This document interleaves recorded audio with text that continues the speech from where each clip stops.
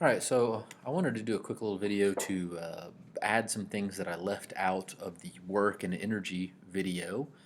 So this is just additional stuff for work, energy.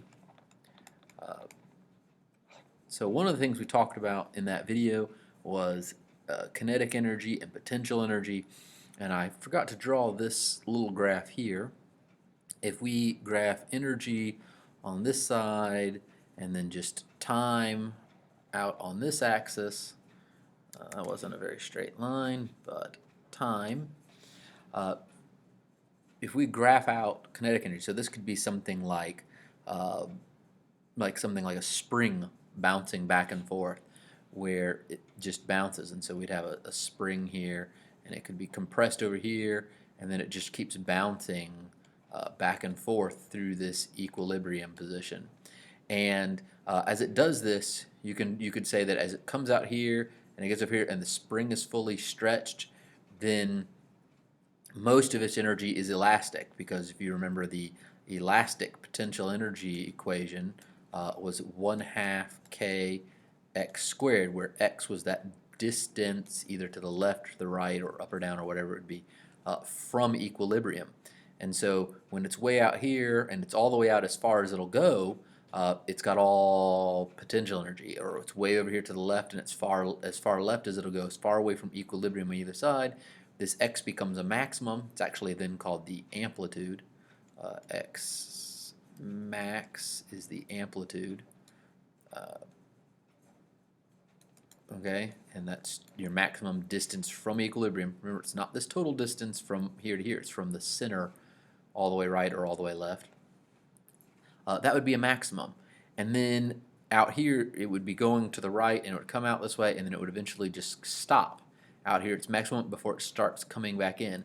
So you could imagine that out here, the kinetic energy would be zero. It would be no kinetic energy. And then as it would start traveling back towards equilibrium, it would speed up and get faster and faster, so that kinetic energy would increase, and this potential energy, x, would get smaller, would decrease, decrease, decrease. Then it would hit equilibrium, and it would start to slow down as it passes equilibrium, and x would get bigger again, and speed would get smaller until it stopped, and then it would go back.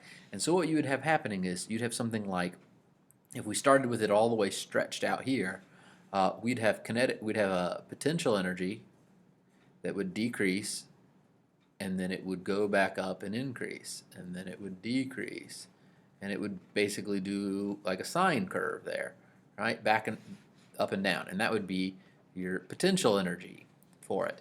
And at the same time, your kinetic energy would be doing the exact opposite.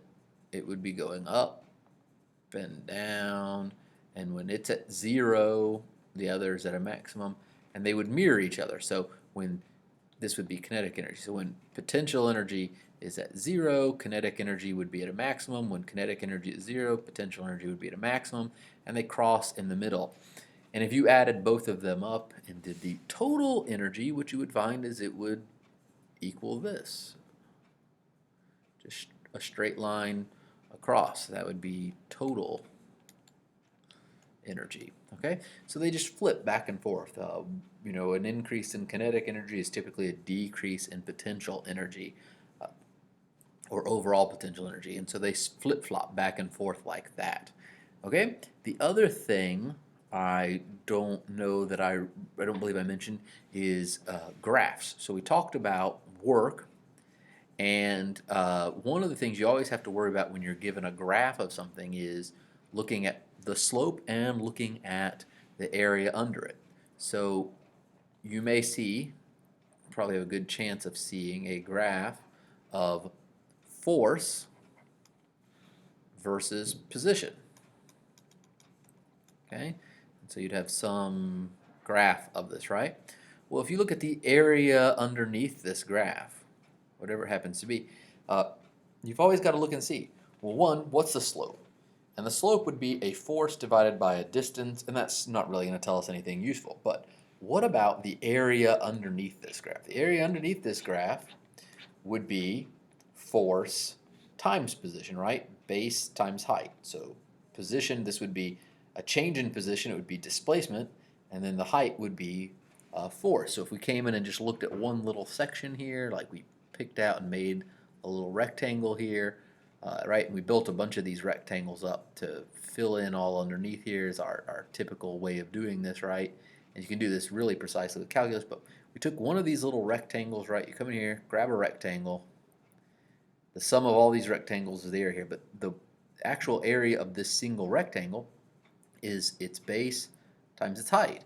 Well, its height is the force, and its base is change in position or displacement. And so to get the area of this, you're doing force times displacement. And what is force times displacement?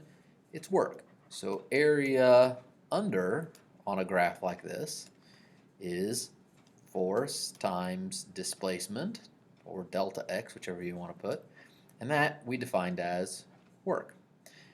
So from a graph like this, area underneath it is going to tell you how much work was done while the particle was traveling through this graph. Going along with this first graph up here, this conservation of energy idea is a little graph I didn't draw. I told you that total work was equal to change in chemical energy and change in kinetic energy, change in potential energy, and then we talked about mechanical energy, which was the sum of all your kinetic and potential energies. And I had an example for talking about that I totally didn't do. So let's say we had some sort of ground or something here, a ramp that looked like this, where it was flat and then it curved up like this. And at the base we have a spring, and we're going to put a block, right? It's going to be pushed by the spring. The spring isn't attached to the block, but it can push the block. So what we'll do is we push this back, we would contract it, we'd push it. That would be putting chemical energy, like if we did this with our hand. Chemical energy would be, as we burn the food and stuff we ate, would be turned into potential energy of the spring. So right down here at the bottom, we'd push it all the way back till it stopped, and all of the mechanical energy here at the bottom, right, the total mechanical energy, would be just potential energy elastic. And then as I let this go and it starts to move, this spring would start to expand, and it would push this box in this direction. And as the box went in that direction, the mechanical energy, while the spring was still compressed, would be, of course, a sum of potential energy elastic as this decreases, and kinetic energy. But once the spring fully, right, this probably should have been a little flatter here, sorry. But once the spring fully decompresses and it's not pushing on this anymore, right, all of our energy now the spring's back at equilibrium, this is now moving with a velocity v, our total mechanical energy at that point is just all kinetic energy, right? And then it'll start to go up this slope. And as it goes up this slope, this kinetic energy starts to decrease and the potential energy starts to increase. And it'll eventually go to its highest point, right, up here, where V will equal 0, and it'll be at some height, h, above where it started before. And at this point, the net mechanical energy is purely gravitational. So when you're doing these kind of problems, you may have to do multiple different types of potential energies, kinetic energies, as they transfer from one to the other. So if I were to give you this problem, we compress this spring by, some certain amount of centimeters, like 10 centimeters, and it has a spring constant K, you would put that in and you would calculate this, okay? And then I asked you, how high will it go? Well, in that case, you're only interested in change in mechanical energy. That's mechanical energy initial equals mechanical energy final. So this is for how high will it go, right? Then you would just do 1/2 kx squared for the initial and mgh for the final, because that's all the energy there is at its highest point, and that's all the energy there is just before you release it. You set these equal to each other, and you can solve for how high it went. But what if I asked you, not how, but max speed? Well, then in that case, you would do, again, oop, that should have had a final on, I just noticed, mechanical energy initial equals mechanical energy final. Well, where does it have its fastest speed? It has its fastest speed after the spring has finished pushing it and before it starts going up the hill. So that's right here, okay? So I would take this to be my final mechanical energy, and I would have 1/2 k x squared equals 1/2 mv squared. And I could solve for v and tell you how fast it was going if I knew what the actual mass of this little object was, right? We need that. And we could do that. And so a question I want you to think about is, do I need to necessarily know how far this spring was progressed? If I could just look and see how fast this thing was going and what its mass was, would I be able to tell you how high it went? In other words, does it have to be beginning to end, or this beginning to this end? Could I go from the middle to the end? Right? Would that still work? Would the total maximum kinetic energy here equal this total potential energy up here at its maximum height? Would those two things be equal to each other? So spend some time thinking about that. You should come up with the answer, of course, of yes, but try and justify in your mind why that would be. At any point along this whole curve, there could be a point right here where it's moving with a velocity v, but it's smaller than this v, and it has some height h, but it's smaller than this h. I was trying to draw them smaller. So here it has a total mechanical energy of potential and kinetic, gravitational potential, and if I add up those both, will it just equal the total potential energy here?